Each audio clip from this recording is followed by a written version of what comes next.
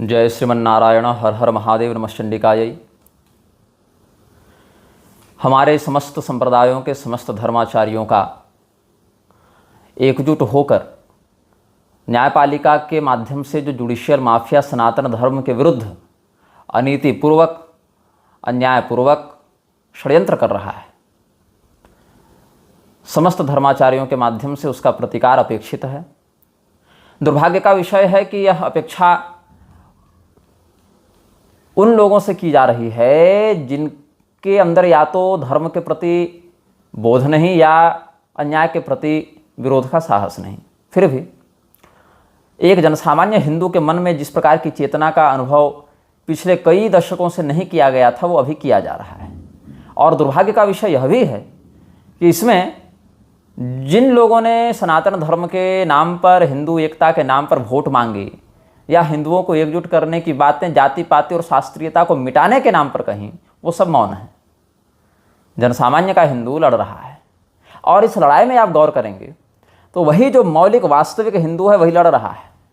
आर्य समाज नहीं है इस लड़ाई में, गायत्री परिवार वाले नहीं हैं इस लड़ाई में, जो ब्रह्मा कुमारी हैं वो नहीं है इस लड़ाई में, निर्मल बाबा, राम रहीम, रामपाल वाले नहीं हैं इस लड़ाई में। ऐसे तथाकथित धर्मगुरु जो बने फिर रहे हैं अलग अलग स्थानों पर, चाहे स्वामी नारायण वाले ले लो, चाहे इधर सारथी बाबा वाले ले लो या करौली वाले ले लो, ये सब नहीं है इस लड़ाई में। किंवा जो कुछ इष्टों के नाम पर लोग चल भी रहे हैं, प्रेमानंद बाबा को ले लो या बागेश्वर धाम को ले लो या प्रदीप मिश्रा को ले लो, वो भी जितना जनबल उनके पास है, जितने लोग उनको फॉलो करते हैं, उनका अनुगमन करते हैं, वो कहीं नहीं दिख रहे हैं। कुछ लोगों को छोड़ दें तो मुखर होकर किसी संगठित रूप से किसी संस्था या व्यक्ति ने अभी तक कुछ ठोस नहीं किया है। फिर भी राष्ट्र में एक चेतना का अनुभव क्यों हो रहा है? क्योंकि वह अंदर से जो हिंदू के अंदर संस्कार जगा हुआ है वह उफान मार रहा है। अच्छा है, इसको एक अच्छी दिशा, अच्छी दशा मिले तो सार्थक परिणाम भी प्राप्त होगा। आज हमारे संज्ञान में पश्चिमामनाय श्री द्वारका शारदा पीठ के जगतगुरु शंकराचार्य स्वामी सदानंद सरस्वती जी का पत्र आया है। सार्वजनिक रूप से भी उन्होंने व्यक्त किया और उनके एक प्रतिनिधि के माध्यम से हमें व्यक्तिगत भी प्राप्त हुआ और उन्होंने बड़ी ही निपुणता से इसमें अपना मंतव्य संक्षिप्त किंतु प्रभावी रूप से लिखा है। पढ़कर सुनाता हूँ। कर्तव्य पालन करना भी धर्म है। स्वतंत्र भारत के सर्वोच्च न्यायालय सुप्रीम कोर्ट के मुख्य न्यायाधीश के समक्ष एक विष्णु भगवान के भक्त ने खंडित मूर्ति के स्थान पर भगवान का शुद्ध विग्रह स्थापित किया जाए, इस निवेदन पर न्यायाधीश की यह टिप्पणी, भगवान विष्णु से यह कहो कि वो मूर्ति स्वयं ठीक कर ले। न्यायपालिका लोकतंत्र का स्तंभ है। न्यायाधीश का निर्णय भारत की सनातनीय न्याय परंपरा की रक्षा करने में असफल रहा है। यह निर्णय न्याय मांगने गए प्रार्थी के मौलिक अधिकारों का हनन है। क्या ऐसा ही निर्णय आप अन्य धर्मावलंबियों के प्रति उनकी पूजा स्थलों के संबंध में दे सकते हैं? वक्फ बोर्ड आपकी अदालत में न्याय मांगने गया है, उन्हें खुदा या अल्लाह के से समस्या हल करने का निर्णय दिया जा सकता है? नहीं। इतना आत्मबल आप में नहीं है कि आप पक्ष विपक्ष का त्याग कर न्याय को निष्पक्ष के तराजू पर तौल सकें। श्री राम मंदिर अयोध्या का निर्णय अदालत में क्यों दिया गया? श्री राम ही मंदिर बनावे ऐसा आदेश देना था। हमारी आध्यात्मिक दृष्टि से अयोध्या में राम जन्मभूमि पर मंदिर का निर्माण परमात्मा श्री राम की कृपा से ही संभव हो सका। अदालत एवं राम जन्मभूमि तीर्थन्यास को निमित्त बनाया। पुरातत्व विभाग ने जब नहीं सुनी तभी विष्णु भगवान के भक्त आपके पास न्याय मांगने गया कि खंडित मूर्ति के स्थान पर शुद्ध मूर्ति स्थापित हो। आपने उस आवेदक के आराध्य का ही उपहास किया। यह तो न्याय मांगने वाले के साथ अन्याय है। सनातन हिंदुओं के प्रति पक्षपातपूर्ण व्यवहार कब तक होता रहेगा? जब तक सभी हिंदू धर्मावलंबी अपने आराध्य धर्म और हिंदुत्व के प्रति एक नहीं होंगे। एक होंगे तो हिंदू राष्ट्र भी होगा और गोमाता राष्ट्रमाता भी होंगी। उच्चतम न्यायालय की इस व्यंग्योक्ति अनीति का हम विरोध करते हैं। सनातनियों के आराध्य का अपमान सहन नहीं किया जा सकता। श्री भागवतानंद निग्रहाचार्य जी को धन्यवाद देते हैं कि उनके माध्यम से ही इस विषय से हम अवगत हो सके। आवश्यकता स्वधर्म का पालन करते हुए एक हो जाने की है। फिर उन्होंने हस्ताक्षर किया है अपना। न्यायपालिका को भी इन्होंने संदेश दे दिया।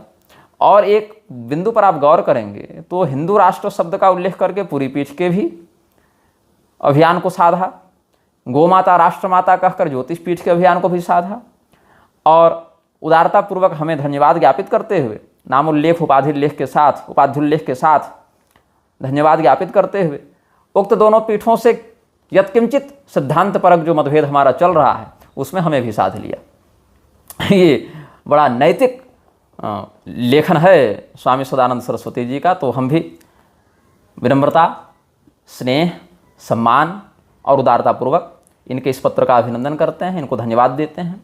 द्वारका शारदा पीठ के अतिरिक्त इनसे पहले ही शायद कल या परसों ही ज्योतिष पीठ के शंकराचार्य जी का भी पत्र न्यायपालिका के विरुद्ध निर्गत हुआ है। यद्यपि उन्होंने थोड़ा विस्तृत लिखा है, उनके पास अच्छे अच्छे वकील भी हैं ना, तो उन्होंने अच्छा लिखा है। अंत में अनुरोध किया है कि टिप्पणी हटाई जाए।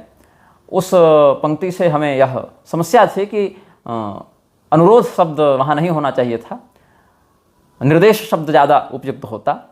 पालन करना न करना तो सामने वाले के विवेक पर है, और विवेक का कितना प्रयोग वह व्यक्ति करता है ये तो सबको दिख ही रहा है।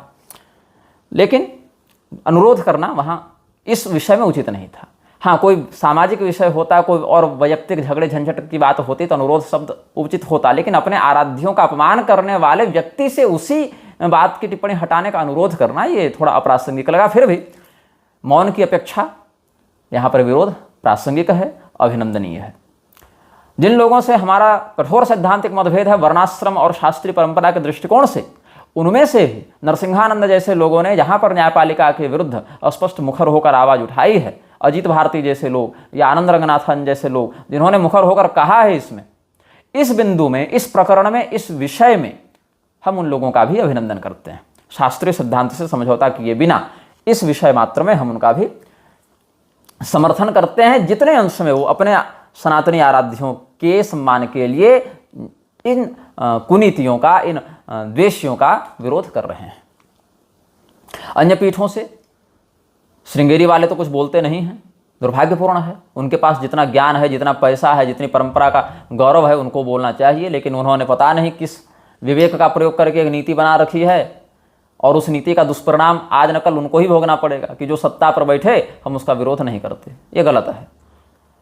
शासन के अनुकूल धर्म अगर चलने लगेगा तो धर्म अपनी मौलिकता खो देगा, और शासन के अनुकूल न भी चला जाए, धर्म के ही अनुकूल केवल चला जाए, तो धर्म बल से उस शासन का शोधन भी किया जा सकता है। यह शिष्टाचार से भी दृष्ट है, धर्म प्रमाण से भी दृष्ट है, और इतिहास से भी यह सिद्ध है। पूरी पीठ के शंकराचार्य जी का भी वक्तव्य इसमें अपेक्षित है। अभी तक उन्होंने कुछ बोला है ऐसी मेरी जानकारी में नहीं है। विद्याभास्कर स्वामी जी का भी वक्तव्य अपेक्षित है, किंतु थोड़ी मौसमी उनको अस्वस्थता हो गई है, गले में थोड़ा ज़्यादा दर्द है, तो उनसे आज ही मेरा संवाद हो रहा था, तो सार्वजनिक वक्तव्य देने लायक अभी उनकी वाणी खुली नहीं है। तो उन्होंने आश्वस्त किया है कि यथाशीघ्र थोड़ा सा काढ़ा इत्यादि और ले लें, गला थोड़ा और खुल जावे तो वो बोलेंगे।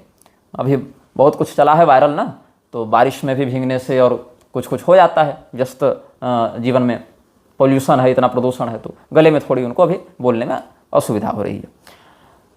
तो हर वो व्यक्ति जो सनातन की मौलिक परंपरा के अंतर्गत शुद्ध रूप से प्रतिष्ठित हो, अथवा उस मौलिक परंपरा का अनुसरण न करने के बाद भी कम से कम स्वयं को हिंदू पहचान के साथ जोड़कर देखता हो और इस विषय में न्यायपालिका के अन्याय के विरुद्ध खड़ा हो, हम उन सभी लोगों के लिए इस विषय में, इस बिंदु विशेष में हम उन सभी लोगों के साथ हैं, और उन लोगों के प्रति हमारी शुभकामनाएं और मंगलानुशासन भी हम व्यक्त करते हैं।